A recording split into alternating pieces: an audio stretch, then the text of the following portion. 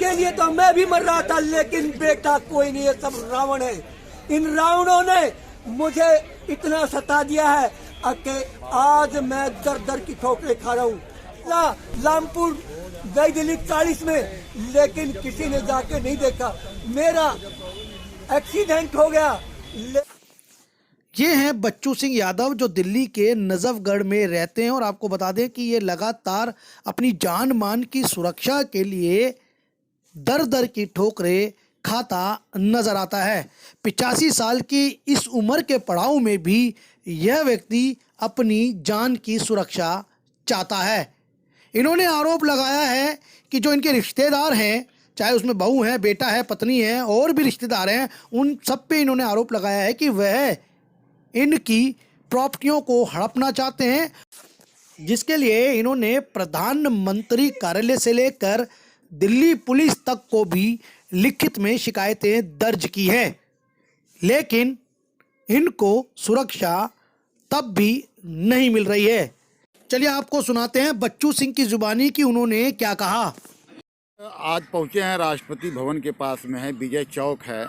यहाँ पे आप किस समस्या को लेकर परेशान हैं और क्यों आप यहाँ पे आए? मेरी समस्या बहुत गहरी है और मैं बहुत ही दुखी होकर यहाँ आया हूँ, क्योंकि कुछ दरिंदे ने मेरे परिवार को मेरे से छीन लिया है और उस दुख से मैं दर दर की ठोकरें खा रहा हूँ। दरिंदों ने मेरी पत्नी को उकसाकर, मेरे बेटों को उकसाकर और मेरे पूरे परिवार को मेरे से अलग कर दिया है। इससे मैं इतना दुखी हूँ कि जैसे कि एक पुत्र मर गया हो और उसके शोक में आदमी शोक में डूब जाता है, मैं वही शोक में डूबा हुआ हूँ।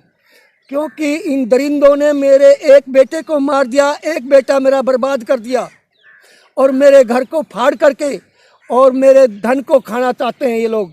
और मैं इन दरिंदों ने अब यही कहूँगा कि इन दरिंदों को जेल भेजा जाए।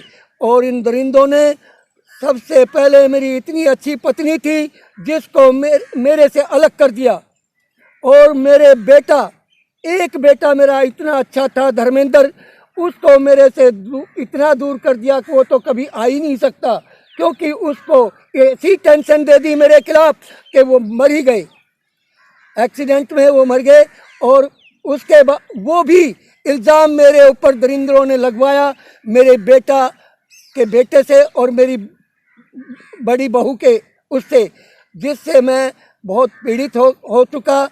और मेरे को 2012-24 अगस्त से मैं ना तो मेरे साथ कोई ऐसा व्यवहार कर रहे हैं जो मैं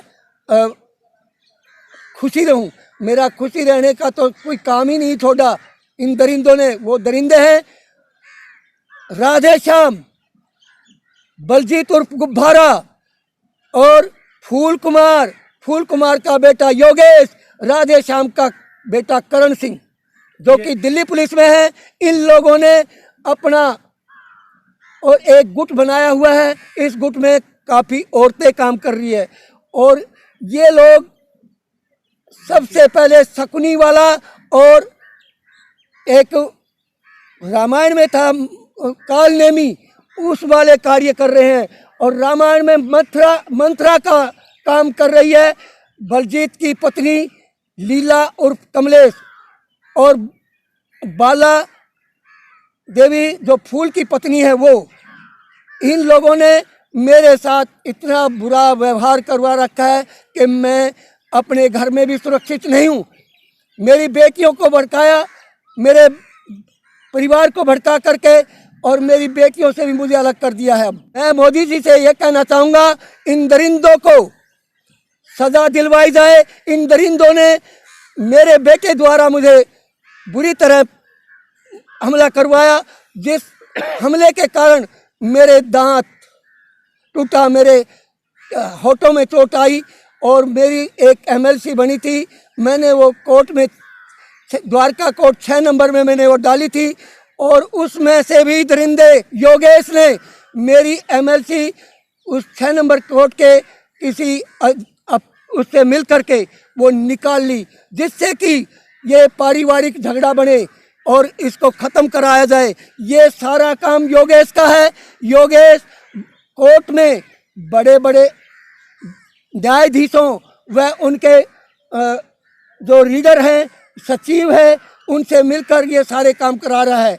और ये अदालत के ज़रिए, अदालत की प्रेशर से पुलिस में भी देखो, पुलिस में भी उन्होंने जो मेरे ऊपर जो लांछन लगवाए हैं, पीएमओ से जो लेटर आया है उसमें यही बताया गया है कि ये पारिवारिक झगड़ा है, प्रॉपर्टी का झगड़ा है, ना कि प्रॉपर्टी का है, ना कि झगड़े का उसका पारिवारिक है। ये झगड़ा सिर्फ घर उजाड़ने का है। ये मेरे घर को उजाड़ दिया है, मेरा परिवार मेरे से हजारों कोस दूर कर दिया है। और मेरी पत्नी जो इतनी अच्छी थी, जो मेरे साथ कंधे से कंधा मिलाकर चल रही थी, उसको भी मेरे से दूर कर दिया है।